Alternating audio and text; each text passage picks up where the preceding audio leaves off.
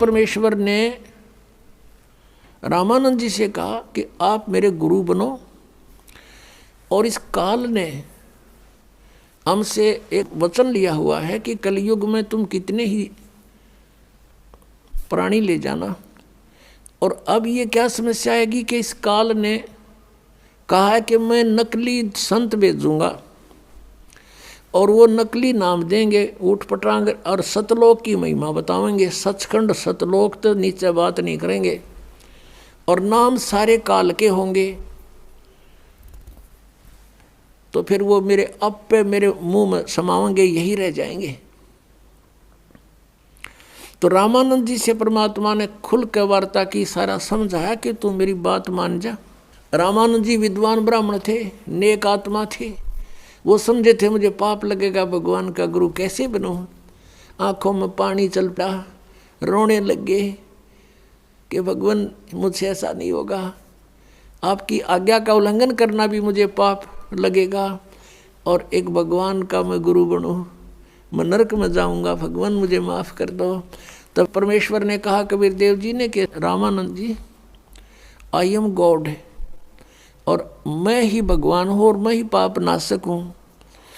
मेरा आदेश पालन करे और देख बात सुन। अब वो तो रोने लग गया बालक। उन्हें सोचा बूढ़ा आदमी, आज मैं ये कर्म करूँगा, मेरी तो मृत्यु होने वाली है, और बात बिगड़ जा के दे।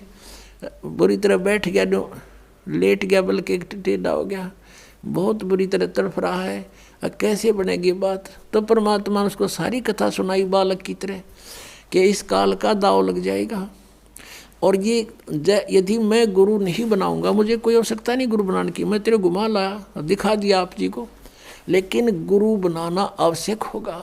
नहीं तो इस काल का सबसे बड़ा दाव लगेगा कि कबीर जी ने कौन सा गुरु बना रखा था। रामानंद जी की बहुत देर के बाद डाढ़स बंधा, हिम्मत हुई, और कहा भगवान मुझे लज्जा बहुत आएगी जब मुझे गुरु कहोगे। स्वामी जी आप मेरी तरफ देखो, और ये आपके भाई बहन या काल के जाल में भयंकर रूप से भयंकर कष्ट उठा रहे हैं, और इनकी तरफ देखो, मेरी आज्ञा का पालन करो। तब रामानंद जी ने स्वीकार कर लिया कि जो आज्ञा आपकी होगी वही करूँगा। तो ऐसे रामानंद जी परमात्मा के गुरु रूप में विराजमान रहे।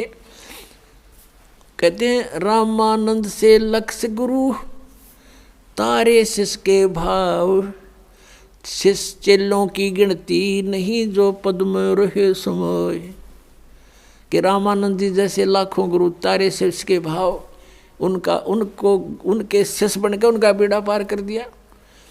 और चेलियाँ की तो गिनती नहीं, जो पद में रहे समाये, जो विधिवत साधना करेंगे तो उनको तो आप बहुत आसानी से पार करेंगे।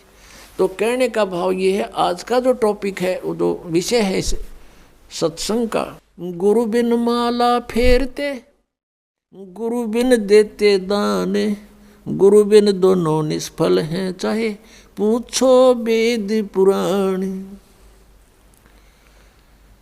अब भगवान बताते हैं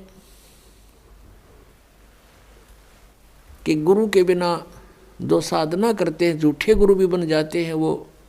अब गरीबदास जी कहते हैं जब परमात्मा से परिचित हुए, सतगुरु पुरुष कबीर हैं ये चारों युग परवाने, वो झूठे गुरुआ मर गए भाई हो गए भूत मसान। एक कबीर परमेश्वर ने छोड़कर इस पृथ्वी पर कोई गुरु नहीं, और जो मनमुखी गुरु बने हुए थे, कहते वो मसान भूत बन गए शमशान पर जा करके। अब क्या बताते हैं, सतगुरु पुरुष कबीर हैं चारों युग परवान, और झूठे गुरु अमर गए वो हो गए भूत मसान। कबीर परमेश्वर चारों युगों में प्रमाण है इस मालिक के आने का। सतयुग में सत सुकृत नाम से, त्रेता में मुनिंदर नाम से, द्वापर में करुणा में नाम से, और कलयुग में वो कबीर नाम से। सतयुग में सत सुकृत नाम से, त्रेता में मुनिंदर ऋषि नाम से, द्वापर में करुणा में नाम से, और कलयुग में कबीर नाम से वो परमात्मा चारों युगों में सहस्री आए हैं, शिशु रूप धारण किया, फिर लीला करते हुए बड़े हुए। तो वो लीला हर युग में, प्रत्येक युग में ऐसा ही करते हैं। और फिर अपना ज्ञान प्रचार करते अपनी प्यारी आत्माओं को, और सूक्ष्म वेद को लिखवा कर चले जाते हैं।